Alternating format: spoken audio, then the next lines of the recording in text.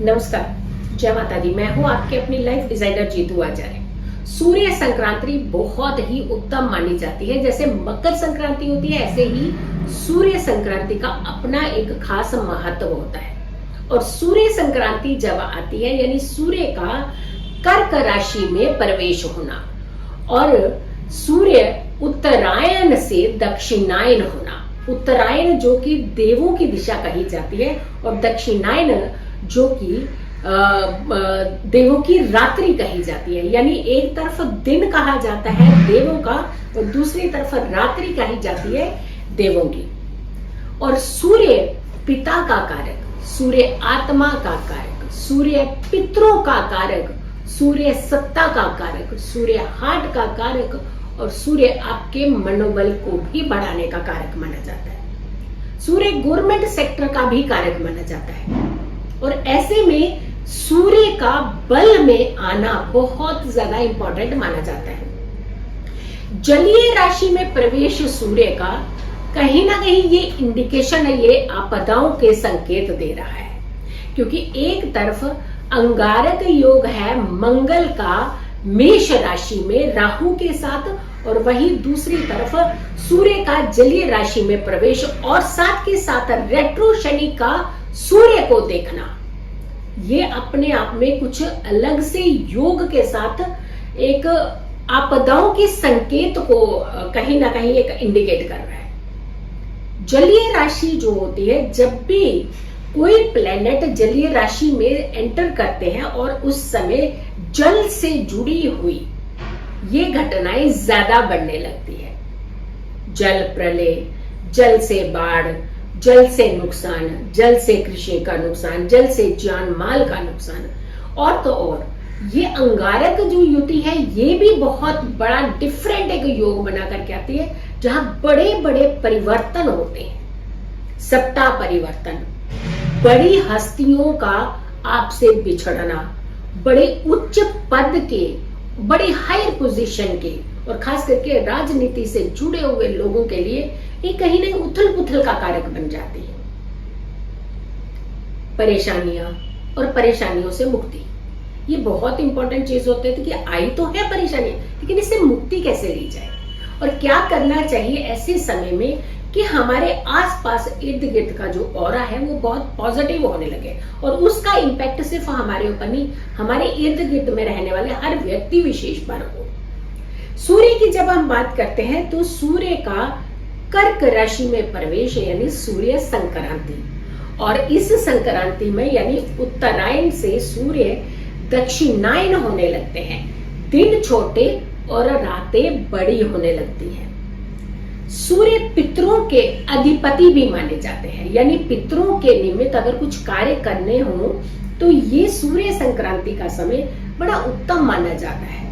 ये वो समय माना जाता है जब पितृ बहुत प्रसन्न होते हैं आपकी छोटे से भाव के साथ। पितरों के निमित्त दान करना, पितरों के लिए पूजा करना, पितरों के लिए दीपक दान का खास करके प्रावधान कहते हैं कि सूर्य संक्रांति पर होता है। सूर्य बुध के साथ युति करेंगे और बुध के साथ जब सूर्य युति करते हैं तो ये बुध आदित्य राज योग बनाते हैं। अब कर्क राशि जो है, लग्न से अगर हम चलते हैं तो चतुर्थ भाव में बैठने वाली जो राशि है वो कर्क राशि है।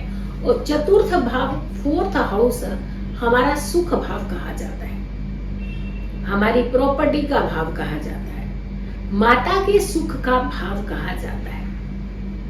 और ऐसे में इस जगह पर राजयोग बनना, यानी जिनकी कर्क राशि है उनके लिए काफी अच्छी संभावनाएं, अच्छी संकेत दे रहा है।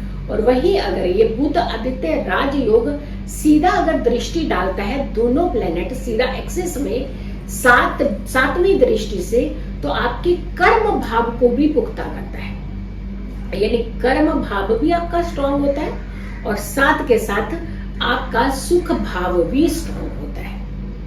लेकिन वहीं हम दूसरी तरफ चलते हैं कि पंचम से जब हम सूर्य की बात करते हैं तो 12वां भाव बन जाता है ये, और 12वें भाव में उन चीजों की कमी करते हैं जिस भाव के ये स्वामी बन जाते हैं, यानी पंचमेश पंचमेश राजयोग तो बना रहे हैं, लेकिन 12वें में जाकर के राजयोग बनाएंगे।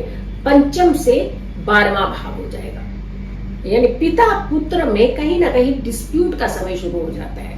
ईगो बड़ी सॉलिड क्लैश होने लगती है। पिता और पुत्र में ईगो जो है वो बहुत बार बार बीच में आड़े आती है रिश्तों के आने में। बहुत सारी चीजें होती हैं, कहते हैं उपाय जो होते हैं आपकी जिंदगी को आसान बनाते हैं। उपाय हमें हर आने वाली मुसीबत से आगाह कराते हैं। उपाय हमारी जिंदगी के जितने भी स्पीड ब्रेकर होते हैं, हर्डल्स होते हैं, उन्हें रिमूव करते हैं। और ऐसे में उपाय हमें कहीं ना कहीं सुरक्षित रखते हैं। सूर्य संक्रांति पर किस तरीके से उपाय करने चाहिए, क्या उपाय करने चाहिए, हम डेफिनेटली इसके बारे में बताएंगे। लेकिन जब हम बात करते हैं उत्तरायण से दक्षिणायन, सूर्य संक्रांति जब होती है तब उस समय भगवान विष्णु श्री हरि ऑलरेडी शयन निद्रा में होते हैं, योग शयन निद्रा में। यानी 14 तारीख को सावन शुरू हुआ, 10 तारीख को श्री हरि विष्णु जो है श्री हरि का शयन निद्रा में जाना, योग निद्रा में जाना, हरि शयन एकादशी जिसे हम कहते हैं। और उसके बाद ये सूर्य का कर्क राशि में प्रवेश, ये एक के बाद एक कहीं विलक्षण योग को इंडिकेट करता है। अब एक तरफ भगवान विष्णु शयन निद्रा में जाते हैं और वहीं दूसरी तरफ सूर्य का प्रवेश, राजा ग्रहों में राजा का प्रवेश कर्क राशि में होता है। और वहीं तीसरा भगवान विष्णु का शयन और भगवान भोलेनाथ का हमारे इर्द गिर्द एक अच्छी एनर्जी बना करके रखना। लेकिन कहते हैं कि जब भगवान विष्णु शयन निद्रा में जाते हैं तो हमारे सारे शुभ कार्य जो है वो बंद हो जाते हैं। वो इसीलिए बंद क्योंकि ये पितरों के अधिपति का समय होता है, यानी पितृ पूजा करना, अच्छे अच्छे अनुष्ठान करना, देवताओं का स्मरण करना, मंत्रों के जाप करना, अपनी एनर्जी को पॉजिटिव करना। क्योंकि एक तरफ शयन निद्रा में गए श्री हरि, वहीं दूसरी तरफ कालों के काल महाकाल, देवों के देव महादेव ये धरती पर हमारे इर्द गिर्द रहते हैं। यानी हमारी सृष्टि का जितना भी जिम्मा होता है भगवान भोलेनाथ के पास आ जाता है। तो भक्ति का ये समय होता है। शुरुआत इसकी 10 तारीख से ही हो गई थी कि 10 तारीख से आपको अपनी भक्ति में रम जाना है, पूजा पाठ करनी है, एनर्जी करनी है, अच्छी एनर्जी करनी है। और जितने भी ये अच्छे इवेंट होते हैं, घरों में हम उत्सव मनाते हैं जैसे शादी विवाह, इस तरीके के उत्सव छोड़ करके अपने जीवन को सही दिशा की तरफ ले जाने वाला उत्सव मनाना चाहिए। हर दिन पूजा भक्ति करनी चाहिए। और संक्रांति जब जब आती है, जब एक संक्रांति जो बहुत उत्तम मानी जाती है वो मकर संक्रांति होती है, दूसरी जो होती है कर्क संक्रांति। मकर संक्रांति की बातें करते हैं तो दक्षिणायन से उत्तरायण होते हैं सूर्य।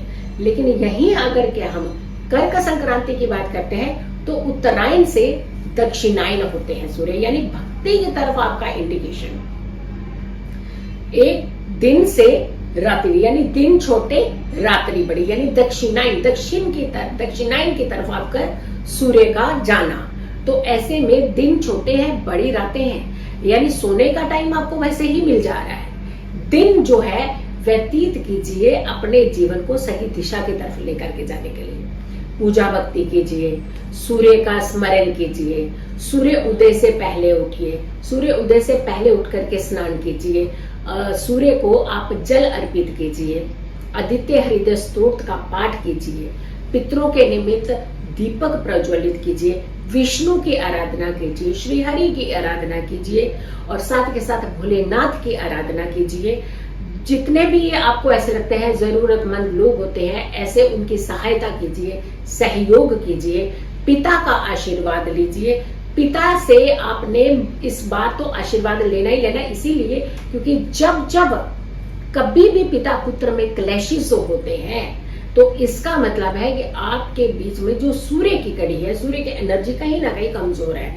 इसीलिए पिता और पुत्र के बीच में ज्यादा क्लैशेस होते हैं। तो सूर्य की एनर्जी को बढ़ाना, सूर्य मंत्रों के जाप करना, दान करना बहुत उत्तम माना जाता है इस समय। 14 जुलाई जो था वो समय था आपके सावन का, 10 जुलाई था श्री हरि शयनी का टाइम और 16 जुलाई ये सूर्य संक्रांति है और बहुत ही विलक्षण योग की सूर्य संक्रांति है।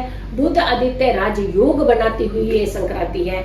बहुत सारी राशियों को फायदा भी देगी, लेकिन नियमित तौर पर हमें अगर कुछ चीजें करनी चाहिए, हमेशा अपने ग्रहों को बलवान करना चाहिए, नियत अच्छी रखनी चाहिए, अपने एक सिस्टम को अपने जीवन के अंदर डालना चाहिए।